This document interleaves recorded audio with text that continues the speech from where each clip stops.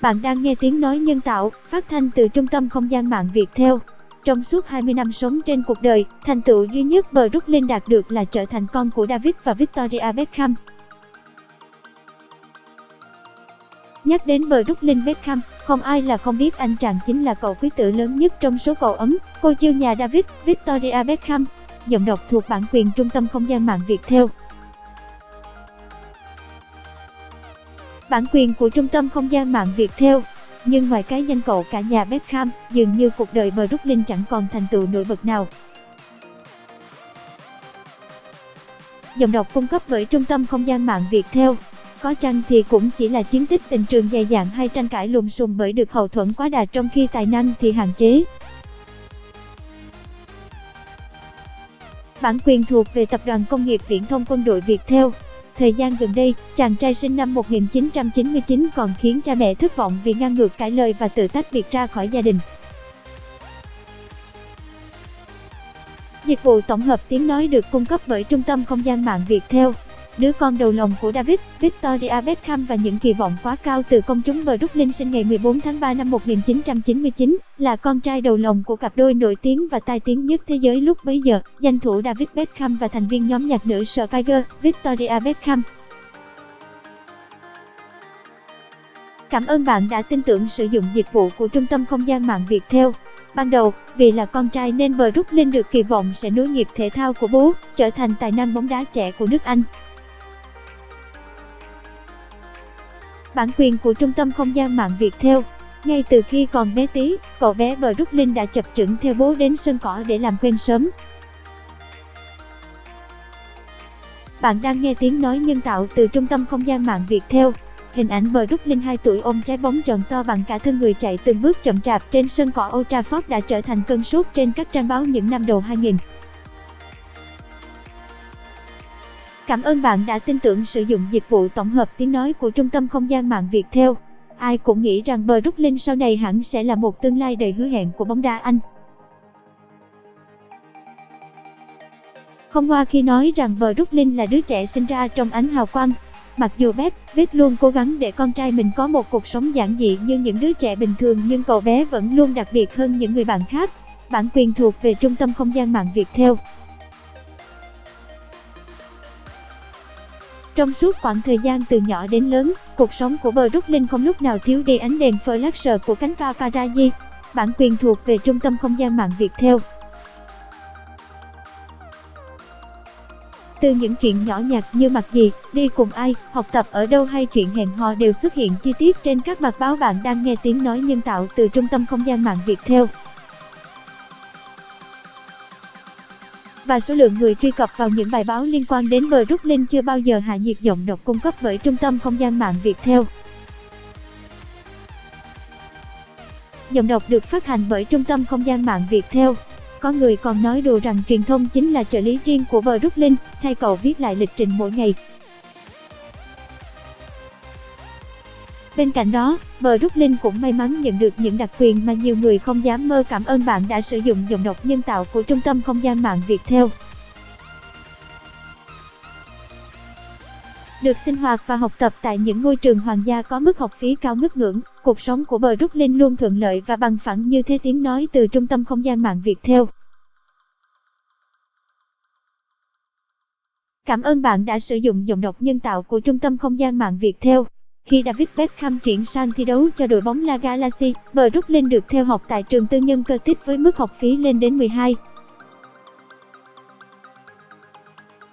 Tiếng nói từ Trung tâm Không gian mạng, Tập đoàn Công nghiệp Viễn thông Quân đội Viettel không bản, tương đương 350 triệu. Sau khi Beckham giải nghệ và quay trở lại Anh, Brooklyn cũng chuyển theo về trường West London với mức học phí 18. Không bản, hơn 500 triệu đồng.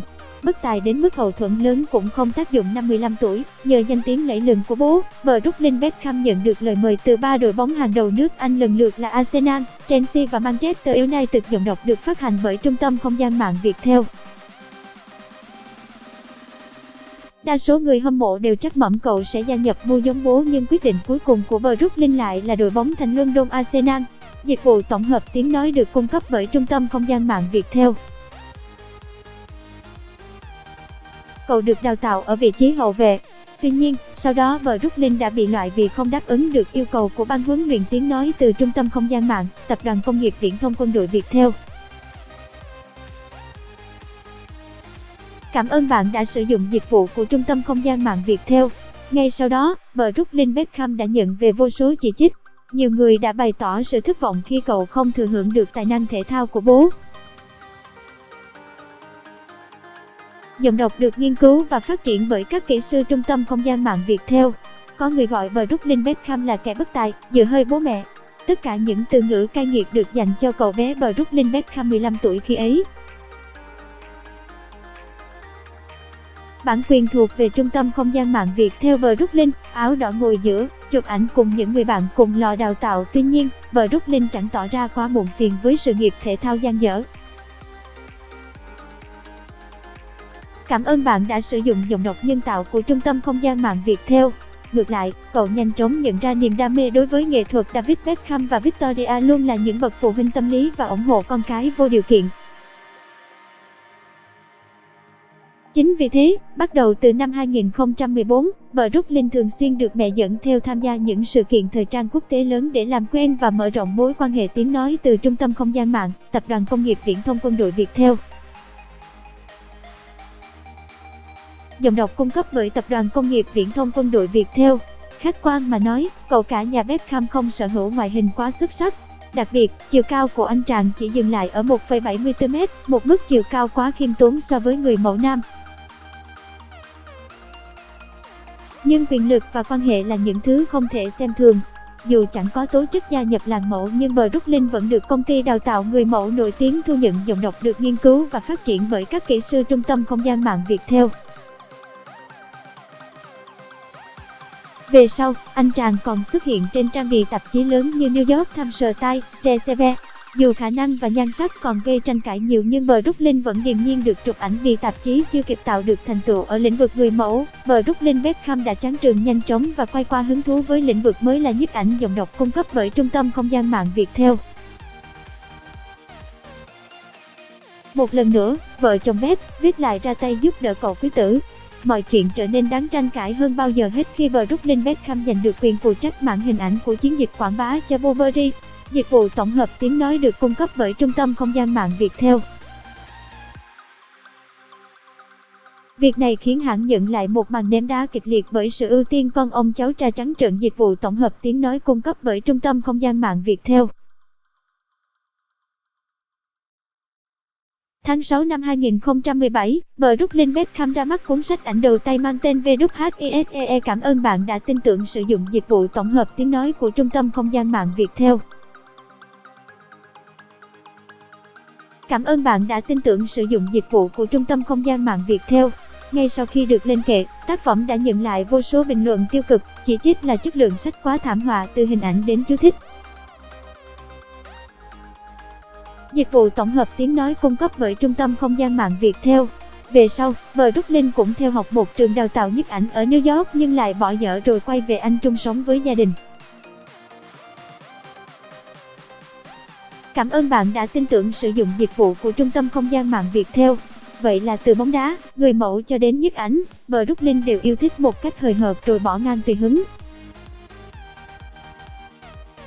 5 năm và 20 mối tình dân tình thường nói, nếu thấy Brooklyn trên mặt báo, không phải xuất hiện cùng bố mẹ cũng là xuất hiện bên người yêu tiếng nói từ Trung tâm Không gian mạng Viettel. Chỉ trong 5 năm ngắn ngủi, chàng trai sinh năm 1999 đã thay tới 20 cô bạn gái.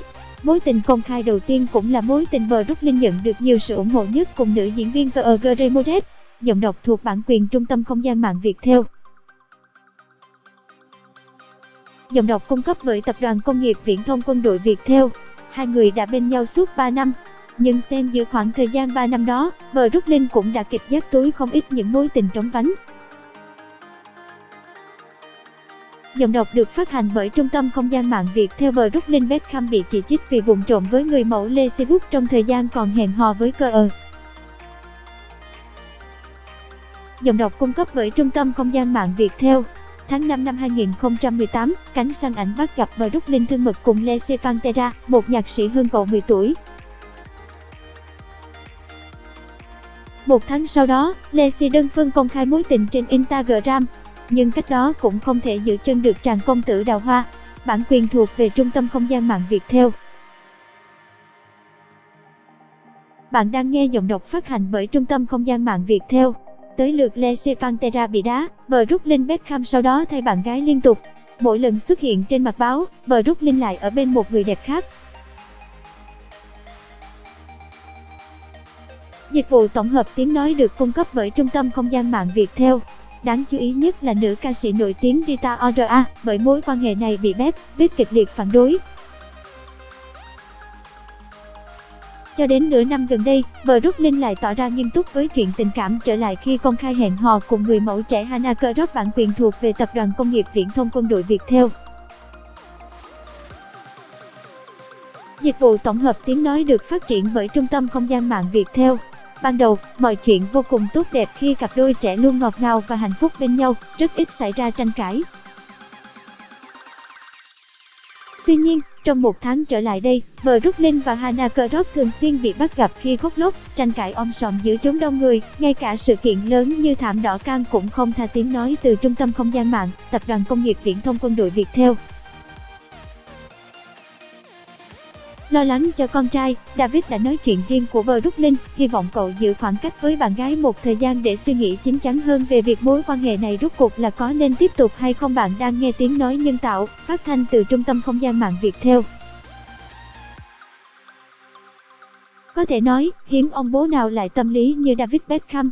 NG ngược trái lời cha mẹ để rồi bị quay lưng, chuyện sẽ chẳng có gì để nói nếu Brooklyn Beckham hiểu chuyện và nghe theo lời khuyên chân thành từ bố. Dịch vụ tổng hợp tiếng nói cung cấp bởi Trung tâm Không gian mạng Viettel. Giọng đọc được phát hành bởi Trung tâm Không gian mạng Viettel.